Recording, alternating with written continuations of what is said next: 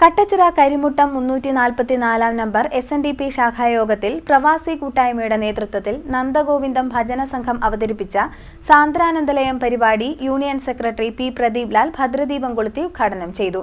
ആയിരക്കണക്കിന് ഭക്തജനങ്ങൾ ഭക്തിസുധയിൽ പങ്കെടുത്തു. കട്ടച്ചിറ കരിമുട്ടം 344 നമ്പർ SNDP ശാഖായോഗത്തിൽ പ്രവാസി കൂട്ടായ്മയുടെ നേതൃത്വത്തിൽ നടന്ന നന്ദഗോവിന്ദം ഭജൻ സംഘം അവതരിപ്പിച്ച സാന്ദ്രാനന്ദലയം പരിപാടി SNDP union secretary P Pradeep Lal ഉദ്ഘാടനം ചെയ്തു. കലി ആദ്യം ബാധിക്കുന്നത് നമ്മുടെ മനസ്സിനെയാണ്. നമ്മുടെ മനസ്സിന്റെ ഏകാഗ്രത നഷ്ടപ്പെടുത്തിക്കൊണ്ട് എന്ത് നീച പ്രവൃത്തിയും ചെയ്യുവാൻ കലിയുഗത്തിൽ നമ്മളെ പ്രേരിപ്പിക്കും. അതിൽ നിന്ന് നമ്മുടെ മനസ്സിനെ ശുദ്ധീകരിക്കുവാൻ ഒറ്റ വഴിയേ ഉള്ളൂ.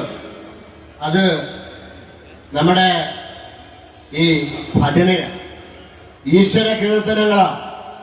അതിലൂടെ മാത്രമേ നമ്മുടെ മനസ്സിനെ ശുദ്ധീകരിക്കാൻ കഴിയൂ. ശ്രീനാരായണ ഗുരുദേവനും സ്വാമി വിവേകാനന്ദനും നടത്തിയ പ്രവർത്തനങ്ങൾ നമുക്കറിയാം, പരിവർത്തനങ്ങൾ. ആ പരിവർത്തനങ്ങളൊക്കെ തന്നെ ആത്മീയതയിൽ നിന്നുകൊണ്ട് മാത്രമായിരുന്നു. അതേപോലെയുള്ള ഒരു വലിയ പരിവർത്തനമാണ് ഈ ചെറുപ്പക്കാർ നടത്തുന്നത്. എനിക്ക് പറയാൻ കഴിയുന്നത്, ഇവരൊരുപക്ഷെ സാമൂഹ്യ പരിഷ്കർത്താക്കൾ എന്ന പേരിൽ തന്നെ അറിയപ്പെടും. കാരണം പുതിയ തലമുറ വഴിതെറ്റിപ്പോകുന്ന ആ പുതിയ തലമുറയെ ആത്മീയതയിലേക്ക്, ഭഗവാനിലേക്ക് കൂടുതൽ അടുപ്പിക്കുന്ന വലിയൊരു പ്രക്രിയ നമ്മുടെ പ്രിയപ്പെട്ട ഈ യുവാക്കൾ നടത്തുകയാണ്.